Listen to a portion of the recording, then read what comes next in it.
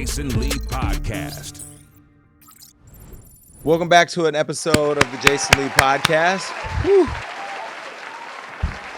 Listen, the election's around the corner, so we're going to cut the niceties and all the applause short. Thank you to everybody watching. Rob is out because he had a bad bitch procedure. HIPAA. I'm not going to spread his business. But Marina's here and we're here. Listen, there's so much going on. Again, the election is right around the corner. We are, I don't even know how many days. We're less than a week away before the election, the big day where Kamala Harris becomes the next president of the United States of America. And I become your next city councilman. Stockton, you know what to do. TikTok, do your thing. All right, listen, we are here, but we're going to cut through all of what I've been doing because I haven't been doing anything but campaigning and get straight to what you showed up for. It's the Tea with Jason Lee.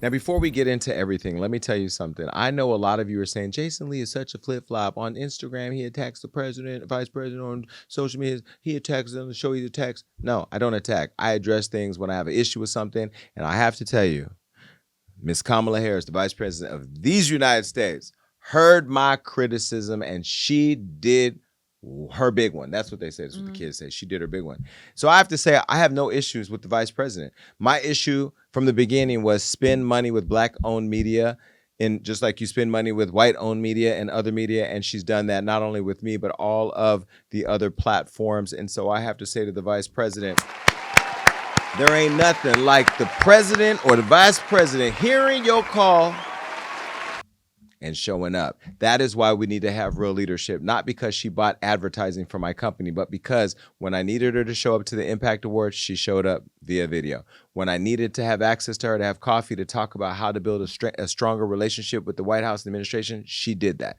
When I wanted to go to the White House, to her residence, to build a relationship with the administration, meet with CMS and HHS for my healthcare business, she's done that. And I want 4 years as a Stockton City Council member to have direct access to the President of the United States and build a bridge so that way I can rebuild my community. And you all are going to help make that happen because I voted happily and proudly for Kamala Harris, and y'all are going to show up for her too. This is not about her being a woman. It's not about her being black. It's not about anything other than she is the most qualified individual running right now. And if you did not see that rally in New York City, then you need to go watch that before you cast your ballot, because if you vote for that, I'm sorry, you can unfriend me, unfollow me, unwatch me, uncome around me, because if you support that, you're supporting racism.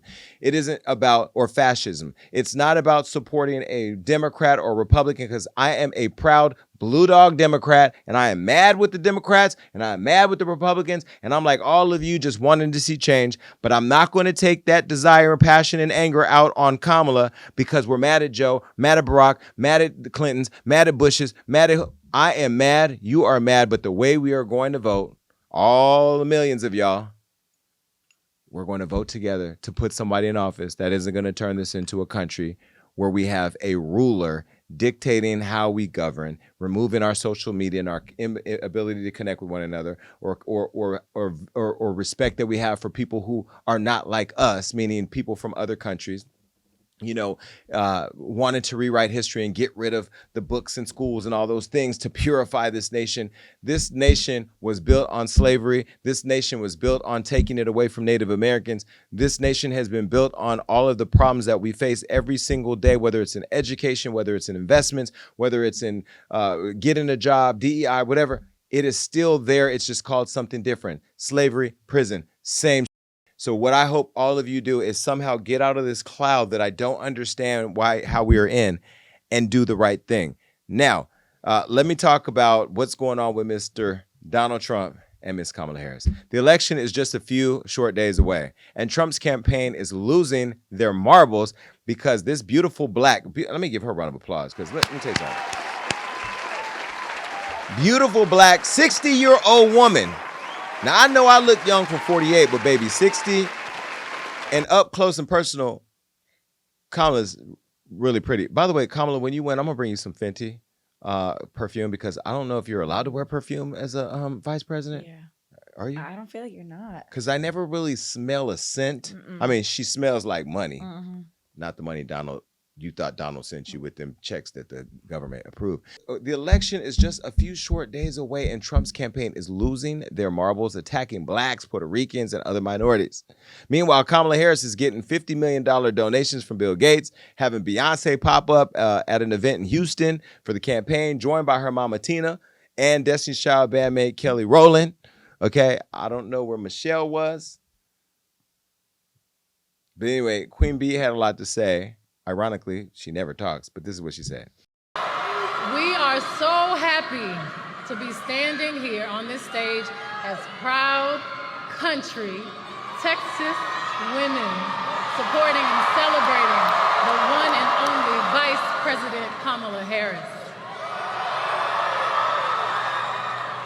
A woman who's been pushing for what this country really needs right now: unity. It's impossible not to feel the energy in this room, the positivity, the community, the humanity. We are at the precipice of an incredible shift, the brink of history. I'm not here as a celebrity. I'm not here as a politician. I'm here as a mother. A mother who cares deeply about the world my children and all of our children live in. A world where we have the freedom to control our bodies. A world where we're not divided. Our past, our present, our future merge to meet us here. Imagine our daughters growing up seeing what's possible with no ceilings, no limitations. Imagine our grandmothers. Imagine what they feel right now. Those who have lived to see this historic day. Even those who are no longer physically with us. Imagine all of their sacrifice. The sacrifices made so we can witness the strength. Now, Beyonce is a big enough artist to matter when it comes to using her voice. And, you know, there's so much at stake for celebrities who decide to use their voices. Oh, my God, you're going to lose support. You're going to lose deals. People are going to attack you. I love the fact that Queen Bee showed her support for Kamala and did it in Texas where she's from. Now, Beyonce is not a talker. You know, she's not one to give a lot of speeches unless it's thank you for the Grammy, thank you for this award, thank you, thank you, thank you. And so, you know, she didn't always pause at the right moments for the applause, but we're going to forgive her for that. The fact that she showed up, the fact that Kelly did a phenomenal job. By the way, I have said this to Kelly Rowland many times. I'm going to say it right now. Kelly, you have the most beautiful skin. Kelly is just hands down gorgeous. I love seeing them there, and I really love the relationship between Tina and Beyonce and the fact that Tina was there as a mom to introduce her daughter because, you know, Black maternal health is such a big issue in our community that Miss Kamala has been fighting for. And the fact that we still talk about women's bodies in this country like an animal, like we're having decisions made over them. I've said it even here with Marina on the show, like men just shouldn't have anything to say. Do you think Beyonce being there is going to have an impact with young girls? I think anything like Beyonce, especially Taylor Swift, like those two, the fact that they've now chimed in, I think it matters. But I do feel like on both sides, all these celebs popping up like back to back to back is kind of giving like a Coachella lineup. And I just feel like it's a lot of celebs involved. And but I think I'll go ahead and say that, you know, the way I designed my nonprofit, Hollywood Cares Foundation, was because there are celebrities that care about issues. Right now, Beyonce is a mother of 3. Kelly Rowland is a mother, I believe, of 2. Mm-hmm. Tina is a mother of 2, well, and a half because she claims Kelly, right? And then, you know, Solange is a mother. And I think that as women, I think they connect with the fact that one of the biggest things Kamala has been fighting for is maternal health, mm-hmm. the right for women to choose, and all of the rights of women in marginalized groups of people to be able to thrive. And how in celebrities like my nonprofit, you use them to bring attention to what you're doing so people can invest in it. So I get it, right? I'm glad that there was no twerking because, you know, Kamala was attacked whenever Meg showed up twerking, but Donald Trump is never attacked when people show up and do anything. And this is the double standard that I want to say. When you all want to talk about the most disrespected person on earth is the black woman, protect black women, where are y'all at now when this white man is able to do all the things that she could never do, that he could have never done? You all are giving him a pass, and it's a lot of us that look like them doing it. I don't understand it. Well, anyway, after 30,000 people attended Harris's H-Town rally, Donald Trump and his campaign felt salty and claimed that she lied to the media about Beyonce performing to fill the venue. Now, you know Trump has an issue with venue sizes and event sizes. Well, of course, he had to attack Beyonce. That later then turned into a whole song that I posted on Instagram. Take a listen. Well, thank you very much, and a very big hello to... Well, thank you very much, and a very big hello to Michigan, which we're leading, by the way, by a lot. And I'm thrilled to be back in this incredible state with thousands of proud, hardworking American patriots, which is what you are. You know, last night my opponent had one of these, and they bust in people, but you know, they got Beyonce, and Beyonce, you know, Beyonce. They got Beyonce. So Beyonce went up, spoke for a couple of minutes, and then left, and the place went crazy. They booed the hell out of everybody. They thought she was going to perform. Now, I would have no interest in that, but they said, and what happened is my opponent got up and started speaking. They booed the hell out of her. It's crazy. So they have to use people to get people to come, and then they send buses. We don't send buses. Everybody comes. We're just going to make America great again. It's very simple.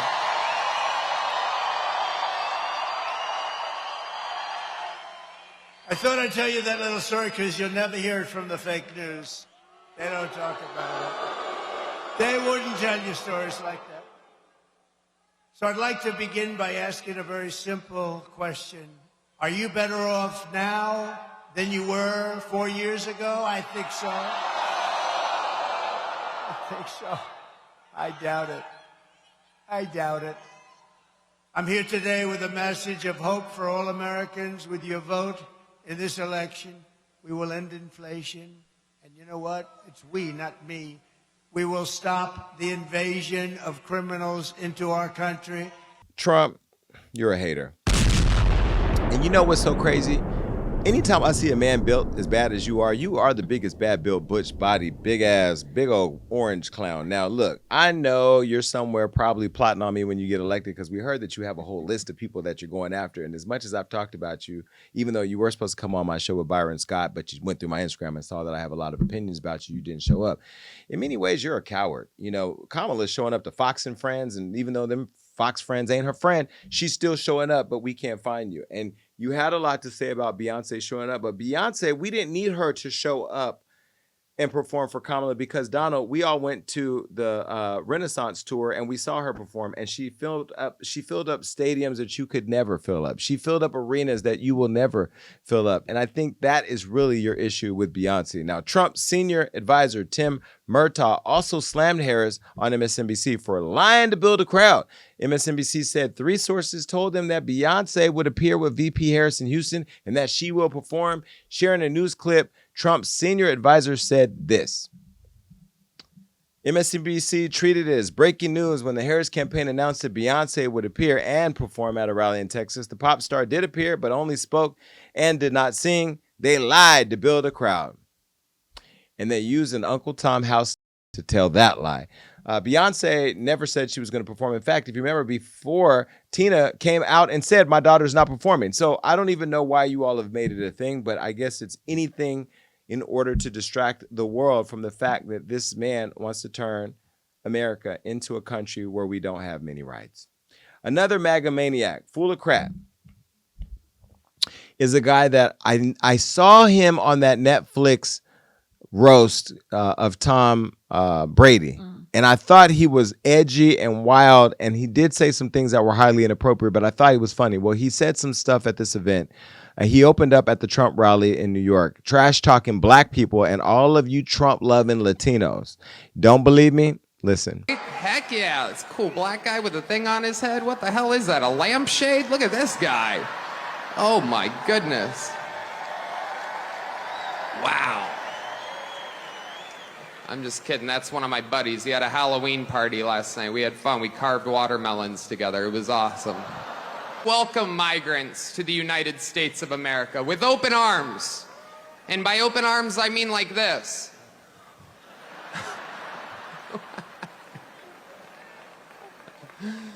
It's wild. And these Latinos, they love making babies too. Just know that. They do. They do. There's no pulling out. They don't do that. They come inside, just like they did to our country. Is absolutely wild times. It really, really is. And, you know, there's a lot going on. Like, I don't know if you guys know this, but there's literally a floating island of garbage in the middle of the ocean right now. Yeah. I think it's called Puerto Rico. Okay. All right. Okay. While Trump and his cronies abandon and insult Puerto Rico, Harris has reached out to Puerto Ricans with her proposed opportunity economy plan to invest in Puerto Ricans' future. Take a look. Now, in her plan, she talks about many things like launching a federal task force to rebuild and revitalize Puerto Rico's economic strength determined by the Puerto Rican people.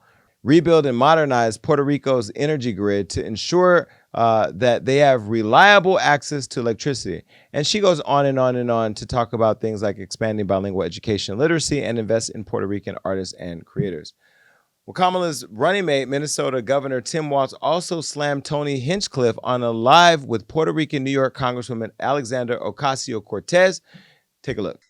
I don't follow look, Trump, this like this crew issue very with Puerto closely, Rico but... again. I saw it. This was when he went down after Helene, the horrific hurricane, people there, everybody coming together. We sent helicopters down from Minnesota and personnel. You know, this is how you do this during this. And in the first hours, Trump complaining about the response. Does anybody remember how he responded to Maria in Puerto Rico?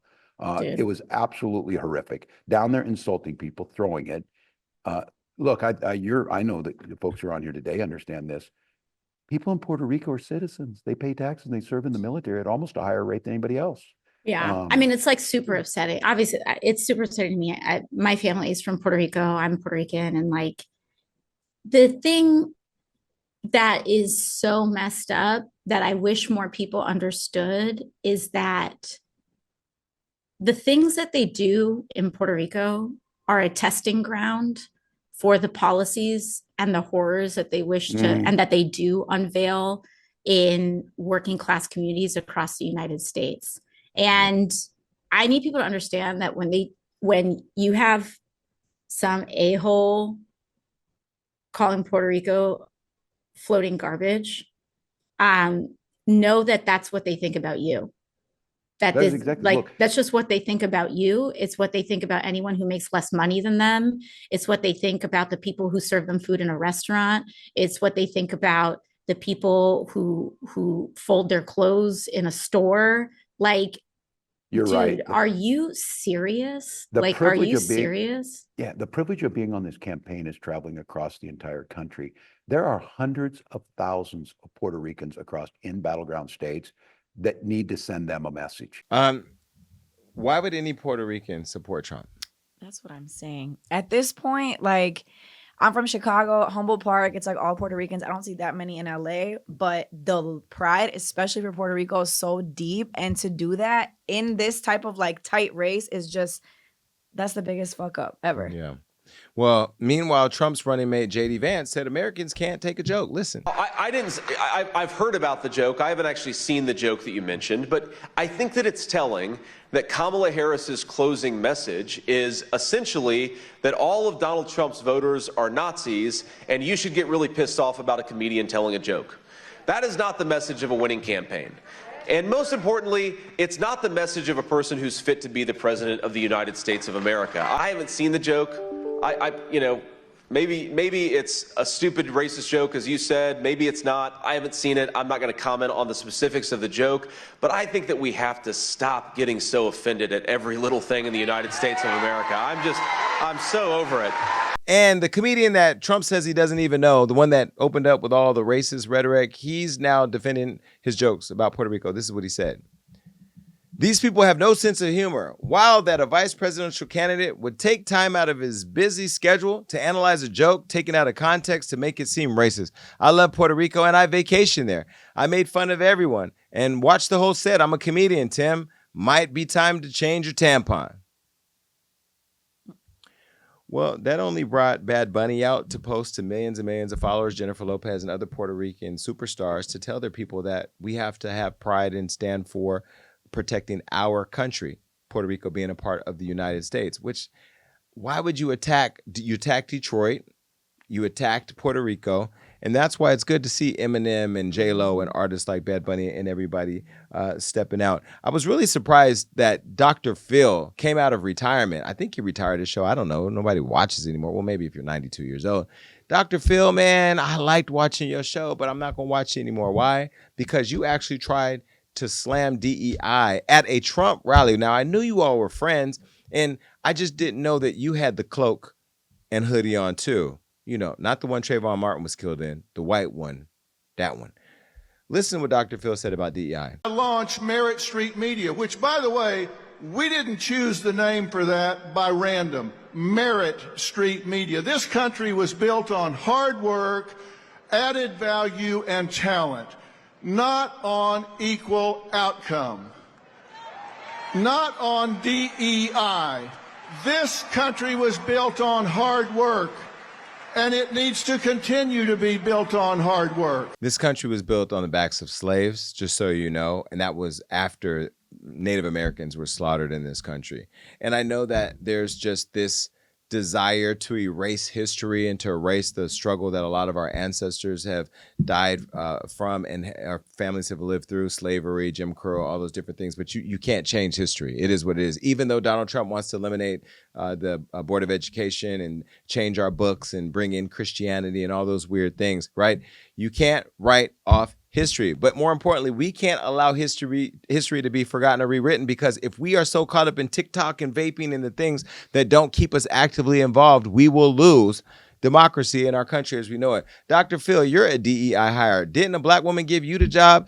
Because of Oprah Winfrey, we know you. And that's interesting that you forgot that. And Michelle Obama was on the other side with Harris asking why she's the only grown-up in the race and why she's being held to a higher standard than Donald Trump. I told y'all earlier, they holding her to a different standard than him. But isn't that the case in life? Listen. She's filling arenas in a way we haven't seen for years. She's building a remarkable campaign in record time, dominating her opponent so thoroughly in the debate, he was too scared to face her again. And unlike her opponent, she's not ducking interviews or cowering in safe spaces only with fawning audiences. No, she's showing us what a sane, stable leader looks like.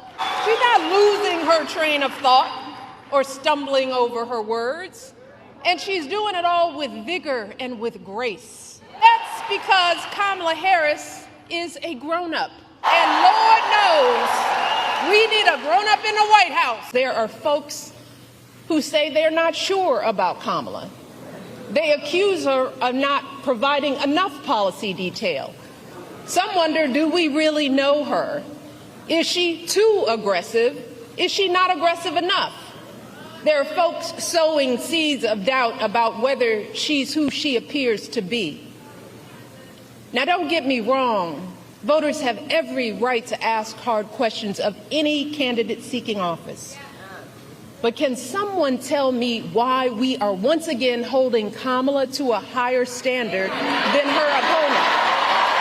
I hope you'll forgive me if I'm a little frustrated that some of us are choosing to ignore Donald Trump's gross incompetence while asking Kamala to dazzle us at every turn. I hope that you'll forgive me if I'm a little angry that we are indifferent to his erratic behavior, his obvious mental decline, his history as a convicted felon, a known slumlord, a predator found liable for sexual abuse. All of this while we pick apart Kamala's answers from interviews that he doesn't even have the courage to do, y'all. In any other profession or arena, Trump's criminal track record and amoral character would be embarrassing, shameful, and disqualifying. I hope that you will forgive me if I am worried that we will blow this opportunity to finally turn the page on the ugliness once and for all. Because believe me, if Donald Trump is president again, at some point or another, that ugliness will touch all of our lives. And it will not matter what you look like, how you worship, who you love, or how you vote. If you don't make 6 or 8 or 12 figures, if you're not famous, if you criticize or disagree with him in any way, if he doesn't view you as his equal or relevant to his ambitions, I promise you, he will not think about you when he gets into the Oval Office. And that will have real consequences for all of us. Look, I'm going to keep this wrap up very simple. Vote for Kamala Harris. That's it. Because if not, y'all all going to die. Bye. Well, I would say vote or die, but that's Diddy. And democracy or die. What we're talking about is less about red, blue, Democrat, Republicans. Do you believe in having democratic rights? Do you believe in the Constitution that he's already saying he wants to get rid of or he wants to change? I just pray that we as Americans can just wake up out of this fog. I feel like we're in the worst reality show ever. Doesn't it feel that way? It's embarrassing. I don't hate any of you that are Republicans or Democrats. I hate any of you that support Trump. So that is there. I said it. I'm not mad if you mad at me. And I'm not saying that to my fans. That's to my friends. My fans, y'all gonna like who you want. But if you listen to me and you trust me on this one, please just vote for Kamala Harris. All right. The Mendez brothers might be getting out of prison. And, who knows if they're getting out of prison because of people with money. Maybe because it's a district attorney election year. Because we know Gascon is up for re-election, and Kim Kardashian posted that they need to get out of prison or that they need to look at their case, and they did have a very compelling documentary and compelling movie on Netflix. Both of them I watched. Shower scene with the actor that played this one. We're at the same agency. Hi, cute ass. No, not sure I'm with the swirl just yet. I know you are. That's You Rob. swirling. You and Rob are the swirl. Rob's crush is the shower scene guy. Yeah, well, we're at the same agency. Yes. I can get him first. Oh. Either way, the Menendez brothers have been taking over the news cycle ever since Brian Murphy debuted his Netflix series Monsters, the Lyle and Eric Menendez story. Now, I'm going to tell you, I watched the entire series in one day. Riveting. And I lived through the actual trial. They were on trial almost at the same time as O.J. Simpson. This is before we had reality TV. We didn't have Paris and Nicole Hilton off doing their thing with The Simple Life. This was reality TV. And this was when crime TV was born, that we started watching these lives of people who were just pure train wrecks. And we were all saying, oh my God, so glad we're not these people. Well, they may not be these people anymore because even though they murdered their families, it looks like they may be getting out. The true crime documentary follows the story of the brothers who were convicted of the 1989 murders of their parents, Jose and Kitty Menendez. Let me show you a photo of the family during happier times. Okay, this was the photo before they blew their heads off. Oh, God. Got it, blunt. Now, no, go back to the photo real quick. That dad, just to put in context for all of you who are saying they killed their parents, they should be in there, was fucking his children, and Miss Kitty Cat knew it, did nothing about it. And then I think she was doing some naked weird stuff with the kids too. And then they started having sex with each other. Whole family fucked up because of daddy here. Weirdo. And I ain't disrespecting the dead. I'm disrespecting a weirdo. Now, here's a photo of the brothers as of October 10th, 2024. Okay. Now, the one with no hair was the one that was in this thing losing all his hair. By the way, no matter when it was, you guys never looked as good as the actors that are playing you. So Ryan Murphy is having his whole life because he's an older white gay, successfully gay man in Hollywood that, he gets to cast who he gets to cast. I just hope it's, no funny business going over there, but he does a really good job of casting the most attractive people because I'm going to tell you right now, the real reason why we're getting these guys out isn't just because we feel sorry for them. It's because those guys in the movie were hot and they created so much buzz, like to where social media has gone crazy. It's the fact that these guys killed their parents. Now, yes, they had a bad trial, unfair trial, and yes, they probably should have never went to prison, but they've been in prison so long. It's like, why now? Because we saw the movie. Well, following Ryan Murphy's Menendez Brothers series, Kim Kardashian has been advocating for them, like I said, and she's been talking about them getting out of prison. In early October, she even wrote a personal essay for NBC News. Kim Kardashian writing an essay. It's giving AI. I don't. It's giving ChatGPT. Right? It's giving like your nanny raises your kids. You get somebody to write your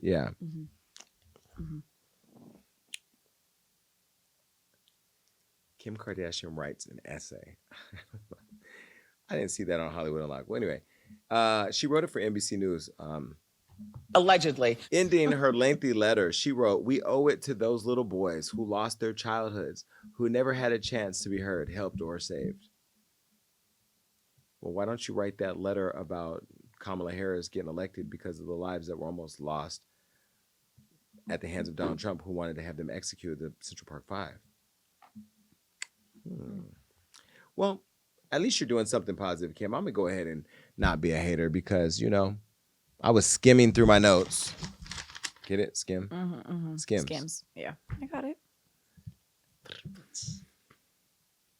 I love that you're using your voice for a positive thing. On a red carpet weeks later, Kim Kardashian pled that the brothers again be freed. And she told Variety this. Listen. Do you think they're going to get out? I hope they're going to get out. Why do you want them to get out? Because I think that they never got a fair second trial, and I feel like ever since, for me, watching Ryan Murphy's Monster show, it really opened up and showed me so much about abuse, and I feel like they just never had that fair chance. And imagine if no one believed you. And the sentence that they've been in for almost 35 years. That's more than, a first-degree murder charge. So I think that to have life without the possibility of parole, without the possibility, to me, is so unjust and so unfair. And so I do believe that I'm someone that believes in second chances, and I really believe in them. I mean, you got to give Kim some credit that she's now using her platform for good. And, I'm glad that she does have the influence to get people to pay attention. Now, joining Kim Kardashian and other social media users calling for the release of the Menendez brothers is now Los Angeles District Attorney. And his name is George Gascon, who recommends resentencing Eric and Lyle. Now, if you resentence them, they can get time served because they've served 34 years. Do you think they deserve another chance? I do. I was never familiar with this case, and I obviously watched the special. I did my research, but I never even knew the Gypsy Rose case, but now that she's free and she's gone, out free, I feel like they should definitely. But the difference is that Gypsy, who killed her mother, who was doing the whole abusive stuff to her, she did her sentence. She did her time. Their time is life. They just got an unfair trial because they went through trial twice, and they had a deadlock or a hung jury. Then the judge made them have a very unfair trial, and then they were found guilty. 34 years, recent time served. Okay, you kill both your parents, you're out. Yeah, I think they should. But they're gonna write movies, get money, and they're gonna be rich. Yeah, they should. They should be rich. They went through a lot. I agree with Kim. They had no childhood. Mark my words and remember this, please, only because I never get enough credit for knowing what I'm talking about. Kim Kardashian later applauded the LA District Attorney for his resentencing recommendation. Gascon said this. I have to tell you that after a very careful review of all the arguments that were made for people on both sides of this equation, I came to a place where I believe that under the law, resentencing is appropriate. And I am going to recommend that to a court tomorrow. What that means in this particular case is that we're going to recommend to the court that the life without the possibility of parole be removed and that they will be sentenced for murder, which, because there are two murders involved, that will be 50 years to life. However, because of their age, under the law, since they were under 26 years of age at the time that these crimes occurred, they would be eligible for parole immediately. He said after a bunch of meetings. Now, I will say, I know that they met with the family who wants them released. I know that they met with Kim Kardashian. But I think the meeting was with the Kardashians, because in order for him to get elected, he's going to need money, he's going to need notoriety, he's going to need people to get behind him. And who has social clout like the Kardashians? Remember, that's what happened when Mayor Karen Bass was running against Ron Caruso, the billionaire who went from a Republican to a Democrat to win. He ended up losing, but he had the support of Kim Kardashian and Snoop Dogg. A lot of people thought, oh, he must have paid for it. Well, we know how politics work. Why? Because I'm the councilman. Well, Kim Kardashian applauded the district attorney, and this is what she said. She said a lot. I'm going to let y'all read it real quick. But, you know, she was saying that they were granted a second chance at life and will wake up tomorrow finally eligible for a parole hearing, which means she knew. Now, here's another picture of what she said. Eric and Lau are immediately eligible for parole now that their sentence has been reduced to 50 years to life. In 2015, a bill was passed in California allowing individuals sentenced to life in prison before the age of 25 to seek parole after serving 25 years. They gonna get out. And Kim is going to support Gascon in his reelection. Remember I told y'all that, because I'm going to come back here and show you. I didn't even think about that. Prisons, politics, it's all a business, which I'm learning. So anyway, we'll see. Goodbye. We cannot afford another 4 years under Donald Trump. Last time he was in office, the amount of black Americans without health insurance spiked and our unemployment rate skyrocketed. Not to mention his botched response to COVID-19 cost us our lives and our businesses. And on a personal note, my sister was one of those people who died from COVID-19. His Project 2025 agenda would make things even worse. He plans to cut Medicare, Social Security, and overtime pay, raise our taxes while giving tax cuts to billionaires, and grant blanket immunity to police officers who commit crimes. Our lives and the livelihoods of all of us are at stake in this election, and we need to show up, and we need to vote for Kamala Harris. And although this is paid for by Harris for president, I agree with everything I just said. All right, Lil Nas X and Azealia Banks are beefing. I should unblock you, Azealia, because I got her number. She's blocked. Yep, her text messages were like this long. No. And she just, when Azealia goes, I did give her my number, and it was interesting for a weekend, but it was just too much. So I did block you. But I like the fact that Azealia does like me. She doesn't believe I'm fair or would be fair to her, because I think she just has such a toxic relationship with social media, and that's because she's always saying something wild. Mm-hmm. Well, Azealia Banks and Lil Nas X both went viral last week as they dragged each other, claiming the other has fallen off. And things all began when Azealia Banks tweeted that Lil Nas fell off so hard, and here's what Azealia said and Lil Nas's clapback. She said, Lil Nas X really fell off so hard, laughing my fucking ass off. That little cut, she said Lil Nas X really fell off so hard. LMFAO, that little cunt rag swore she was the T. Bitch has no bars. Ha ha ha ha ha ha ha. And then he responded by saying, Azealia, I could never make a hit song again. He said, Azealia, I could never make a hit song again, and you would still never. Oh, okay, I don't talk like this, so I have to start over. I'll just keep going. No, I'll just keep going. Fuck it. You would never still in your bussy soap selling chicken sacrificing botched body hating ass miserable life reach 1/10 of my success. I love your music, by the way. Mwah. Laughing my fucking ass off. This fucking overgrown twink don't make me release them gay ass photos of you mocking the LA Crips with that little white boy you hired on Rent, man. You'll get your top blown off real quick, bitch. Don't fuck with me. What the fuck?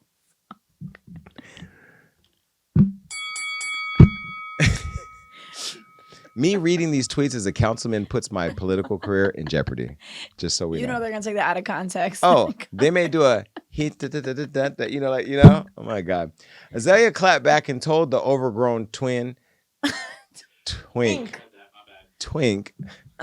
not to fuck with her. Look. Laughing my ass off. You have to pay dirty little nobody ass white twinks to fuck you. I will spit in your mouth. Fuck it. Watch yourself, you burnt bitch.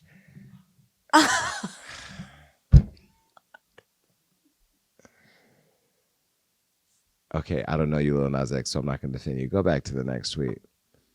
Bitch, I'm not about to argue with a late F. You made the white gays, made you a minstrel, fucked you in every hole, and tossed you off a bridge. Go soak that bleeding asshole in a tub with some white vinegar. You'll be all right. Hold your head, ma. Lil Nas X. Well, she wasn't done. Look. Oh, well, she said what she said. Well, Lil Nas X then told her to drop this internet bully act. Look. Sending you love, Azealia. Wishing you nothing but guidance and clarity. I want you to chase your dreams. Get on your shit. It's the best time period in music for your art to thrive. I don't care what you fuck shit you say about me. I want to see you win and shine your light. You can drop this internet bully act at any time. Your fans love you. We love you. Well, he got a call from his publicist or his team and said, please, you're not going to win. And let me tell you, Lil Nas X, I understand, because no matter how crazy her tweets are as a black man, even if you're confused or in some way got a press and curl that make you think you're Zendaya with a mustache, I don't care.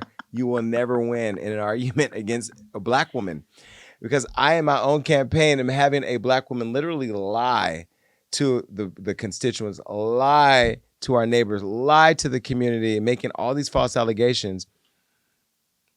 Well, actually, I defended myself and they believe me. I don't know. You in trouble. Just, I'm glad you let it go. Azealia, I want to see an episode of Ayanla Fix My Life starring her. How do you think that would go? Not well. I don't think Ayanla can fix that. And Azealia, when we were on Wild 'N Out together, you had a whole breakdown moment where you got emotional talking about how you were treated as a dark-skinned girl, as a black girl, yet you're sitting here calling him a burnt bitch. Like, come on, ma, make it sense. Just go get some chicken bones from Food for Less, rub them together, and pray that Santa Maria gives you guidance, because I can't agree with you on this one. You're being a mean girl. Being a mean girl. I'm going to block you, though. Bye. Kamala Harris has been working for years to improve Americans' lives, and she has made real gains for Black Americans specifically. She helped strengthen the Affordable Care Act, nearly doubling Black enrollment. She helped to cap the cost of insulin at $35 a month for seniors, and under her leadership as vice president, Black small businesses like mine are growing at the fastest rate in 30 years. She understands there is still a lot of work to be done, which is why she plans to cap the cost of insulin at $35 for everybody, to deliver $50,000 tax deductions for small businesses, and give $25,000 in down payment assistance to first-time home buyers. Now, Election Day is on November 5th. Let's vote for the candidate that's been fighting for us. Vote for Kamala Harris. This was paid for by Harris for President. Speaking of Wild 'N Out, Nick Cannon is reflecting on Mariah Carey because, of course, you know, they belong together. That's her song, right? Mm-hmm. You know, I met Mariah Carey and Nick Cannon at a Diddy party. When they were together? Yeah. They weren't at a Diddy freak off. Oh, they were at the Diddy they weren't all at the white. After Dark. No. Got it. Well, Nick Cannon is revealing what caused him and Mariah Carey's marriage to end in 2008.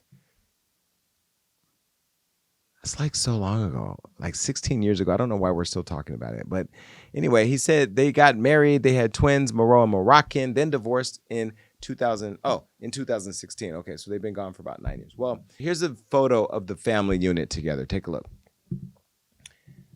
Cute, cute, cute. Both kids have lots of personality. Well, he got vulnerable on Ray Daniels' podcast. Nick Cannon admitted that he essentially felt small. He felt insecure, and that he was emasculated, or at least he felt emasculated in his marriage with his superstar wife. Now, think about it. Mariah Carey, biggest artist in the world. Nick Cannon, in his own way, a big star, but at the time, he was a star, but he wasn't as big as her. So I could understand how he probably felt that her fame was eclipsing him. And there are times where you see relationships like a Cardi B, who's a superstar, and an Offset, a Whitney Houston and a Bobby Brown. Yeah, you see relationships like that where you have one star is bigger than the other. Sometimes it may even be a man and be bigger than a woman. I don't know. Either way, that's how he said he felt. I wonder if I dated somebody, would they feel, because people always say, why don't you date somebody more successful than you or successfully? I don't know where those people are. We're all ambitious, and we all just want to be ambitious. None of us. Could you imagine me dating somebody like me? No, that would end up in a homicide. Well. That is a nightmare. You think? Yes, you need someone opposite of you. So somebody from a third world country that don't speak English? The less English, the better. No. Well, si se puede. I love the fact that Nick is so vulnerable and open to sharing his thoughts. Does that make a man weak when he shares his vulnerability? Yes, I feel like when he feels small by you, it's just, this interview showed more about Nick's character than I feel like it did about Mariah. Like it was more like negative press for him, because why does that bother you? But I see it on the other hand. We need more black men, more men to feel comfortable, to be vulnerable, to say how they feel. Because a lot of you men, it's your ego that ruins relationships or that ruins stuff because you allow it to enter the room and take over and take control. And I think if more people felt safe enough to share how they feel, then we'll have less broken homes, because that doctor said that this is a broken home, right? Mm-hmm. Yeah. I need her on the show. What's her name? Dr. Bryant. That's what Dr. Bryant called you. Yeah, I didn't call you that. But either way, Nick, I love your vulnerability. I do think that after, I don't know what year it was you decided to go on this baby making spree, though, because that thing has been in action for years. So do you feel like him feeling like Mariah was bigger made him just plant his seed in everybody that was like, no, I mean, I think at some point Nick will tell that story of why he felt the need to procreate as much as he did. I love the fact that he is an example of how you can have a lot of kids and take care of them all. I don't know how he has the time. Plus, he has lupus, so I don't even know with health-wise how he's able to stay so healthy and, you know, still do so much. But Nick Cannon is going to go down in history as the one that did so much for the culture, who did a lot for his family, who did it with respect, who stood on what he believed as a black man. I don't think Nick gets a lot of credit. Nick is actually, or I think he was a recipient of the Hollywood Unlocked Impact Award the first year. He just didn't show up. Maybe we can recycle that thing and re-give it to him at another time. We did give him an award on the show, though. Yeah, that Mandingo. Nick, are you using honey packs, or is that just natural ginseng? Like, what is it that thing be ready to go? I can't wait until you guys see the podcast I did with Nick, because in the show, he actually talked about the time that Orlando Brown said that he gave him head. The funniest interaction between me and Nick at that time. Because see, when I first went on the Nick Cannon Wildin' Out show, I was like Jason Lee. You know, I wasn't where I'm now. Walk in the room, I am Jason Lee. So I told Nick everything I thought about him right at that moment. So go tune into the the Nick Cannon podcast. All right. Well, bye, Nick. Bye, Mariah. By the way, Mariah's Christmas performance at the Hollywood Bowl, I think is November 8th or 9th or something like that. I don't think I'm going to be in town. Maybe I will be in town. I'll go check her out.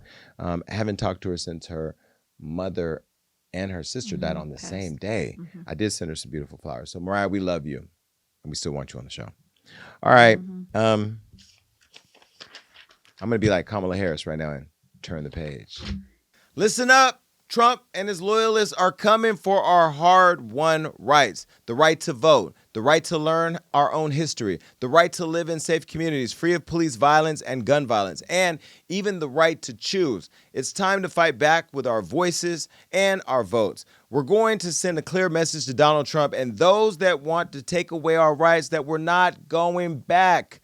Election day is on November 5th. Vote for Kamala Harris. This ad was paid for by Harris for President. See what you did there. See what I did? Oh, my God. Child abuse is never a good thing. Chrisean Rock is back in the news after making serious allegations against her older sister, Latifah, who goes by the name of Tifa, or her middle name, Dissect. Now, we all know that Dissect is a superstar on the Zeus Network's Baddies. Well, she's in the super trailer of the Zeus Network's Baddie Midwest. Chrisean is alleging that she was, I'm going to say alleging, allegedly forced to perform oral sex on Dissect when she was just 7 years old. Can we get to a day where we don't have somebody who's been molested or who molested somebody?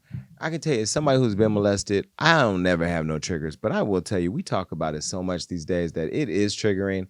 Listen to what was said. Take a look. Remember when I was 7? You made me eat your... You said what? I'm done talking. bitch, you're going to fucking jail. Defamation of character. You can't go to jail for defamation of character. You can't get sued. But when you sign up for a reality show, you know that people can throw mud. And the mud slinging, we already know on Zeus Network, is going to be what it is. And Taseki, low-key, you kind of came to take Chrisean's spot because you were a guest star that then became the star when she got kicked off of Zeus. Now she's back on Zeus. And one thing about Chrisean, she does have that star thing that people have. And as much as people don't want to acknowledge it, she ain't going nowhere. Well, now Chrisean went into the show and dropped the bomb on you. Now old videos began to surface of Chrisean hinting at her claims against Taseki a long time ago. Look.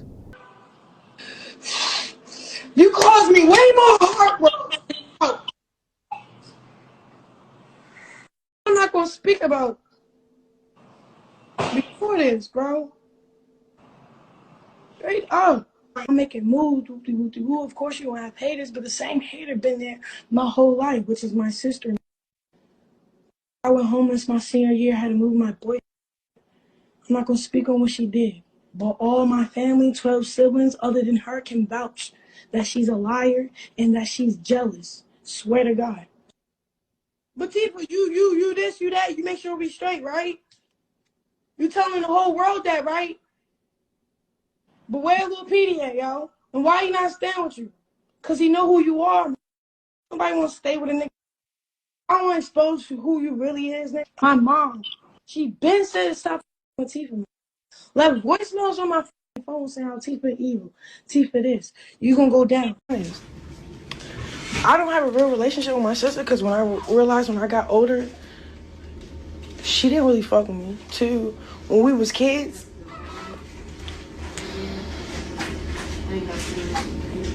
she was a fast individual, bro. Ask her about when she wanted to play house. No, because she acting like motherfuckers ain't really trying to touch me. Like, we don't like each other because our childhood, bro. Don't be making shit up. Like, yeah, we forgive you and all this other shit. We don't talk about what happened. And now you're trying to like make it seem like something really happened, something really was going on. First of all, that's all TV. But if we'll be honest, I forgave you, Latifah, for a lot of shit and still forgive you. Chrisean, you need to speak in straight sentences because I don't understand a lot of what that, but I know when you're worked up and you're emotional, you just get to talking. I still never really understand why you guys just go and talk to social media. Like, I get frustrated every day, but I don't go live and just start venting. Should I? Out. No, because they'll live forever. At least on Zeus, they're airing it out, but they're making a check. Right. But could you imagine every time Cardi, you do that. Cardi gives, but Cardi, we live for Cardi doing that, right? I love certain people it makes sense for, but Chrisean, it's just ramble. And look, Chrisean, if you're speaking out about allegations that allegedly you were sexually abused, I'm going to give you a round of applause. Because in this Diddy world that we're in these days, allegedly, more people need to come forward, credible people. And I hope that you're credible. But if you're not credible, you should go to jail for defamation, even though you can't go to jail for it. Well, after Chrisean's claims went viral, the plot thickened once her and Taseki's sister Charity reposted an old IG Live they were all on, where Chrisean felt bad about her sisters experiencing childhood trauma and claimed nothing similar ever happened. Look.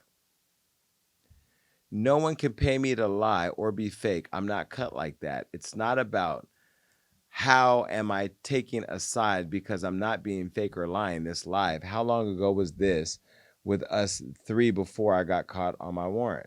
Taseki also shared their old IG Live and claimed Chrisean used her and Charity's trauma as her own for views on their upcoming season of Baddies Midwest. Look. Not saying, but Tifa and you, Chastity, y'all went through some shit. Like, Yeah. Like, nobody never, what I'm saying? I never personally went through something that took my level, like my childhood away. The only thing that took my childhood away was like mommy always sleep and being at friend's house, but that's it. I don't know. I told my young self, it's okay to not be okay. But I don't know. What would you tell your young self, Tifa, to be more confident? I was blessed. Like, So do you think this is just sisters who are jealous of one another? Do you think that this is ratings for the show? Because here we are talking about it. What do you think? I think it's a lot of trauma. I believe Chrisean, and I feel like something must have happened to Seki too as a kid. I just feel like there's a lot of like baggage and a lot of trauma that they have. And I love Zeus. However, I don't think that's the right place to put it. Obviously, they're going to be smart, and they use it on a promo. Like, this wasn't even an episode. They caught that moment and put it in a promo. Yeah. So everyone's going to start watching it, and it's just sad to have it play out on air. Well, let me say this. Chrisean, you know I love you. Taseki, I love you from a distance because I don't know you yet. And Natalie, none, I don't love you, but we do need to have a makeup here on the show because you're mad at me, and I'm just mad at you for being mad at me. But I don't hate you like I don't. Well, you know. I actually love Natalie. Natalie, me and Natalie go way back. She just mad because somebody came on the show, Tommy came on the show and said that she cheated on her husband. That's why she mad. You know, because people feel like, oh, we go way back, you shouldn't do that. Well, I got a show to do. Just like you shouldn't have a show where somebody says their sister molested them when they did or didn't anyway. Mm. But let me say this, and I want you to do your thing, TikTok. I think I should host the next Baddies reunion. I should host the Baddies Midwest reunion because there's no better host. There's never been a better host of any Baddies show than me. I won't do it with Tamar, but I will do it.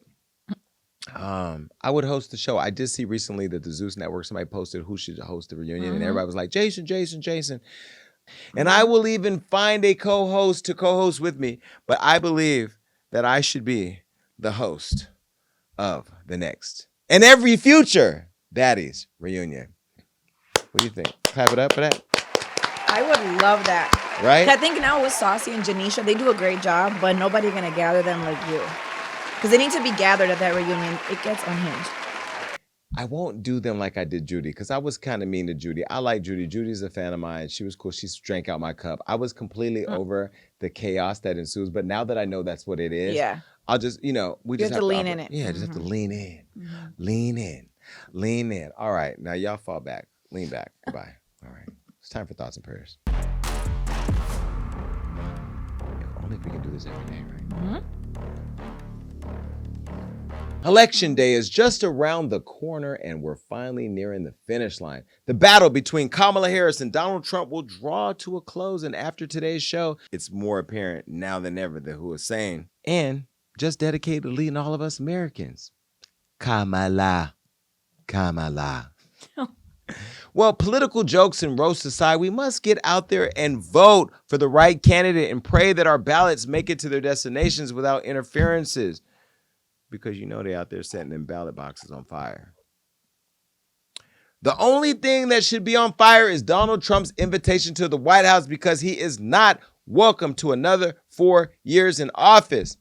Hell, we'll even take Kim Kardashian over Agent Orange. At least Kimmy is out here trying to put her status to good use and advocate for those without a voice. Whether you believe the Menendez brothers should be released or not, and speaking of being released, Chrisean is back on TV and going viral again. But this time, fans are left wondering if she's back to her usual antics or telling the truth about her family trauma and drama. Only time will tell. Just as it finally told us how Nick Cannon felt emasculated in his marriage with Mariah Carey. Despite his underlying insecurities as a man, they made a beautiful couple and 2 beautiful kids, a reflection of their beautiful love. Something Lil Nas X and Azealia Banks don't have. Well, good news is I love all of y'all at home. And thank you for tuning in every single week. That is it for the show. Make sure that you are following me everywhere on social media, where social media exists. You can download the podcast and you can watch us over at YouTube. Follow me on Hollywood Unlocked, The Jason Lee Show, and The Only Jason Lee. And until next show, we're out of here. Peace. The Jason Lee Podcast.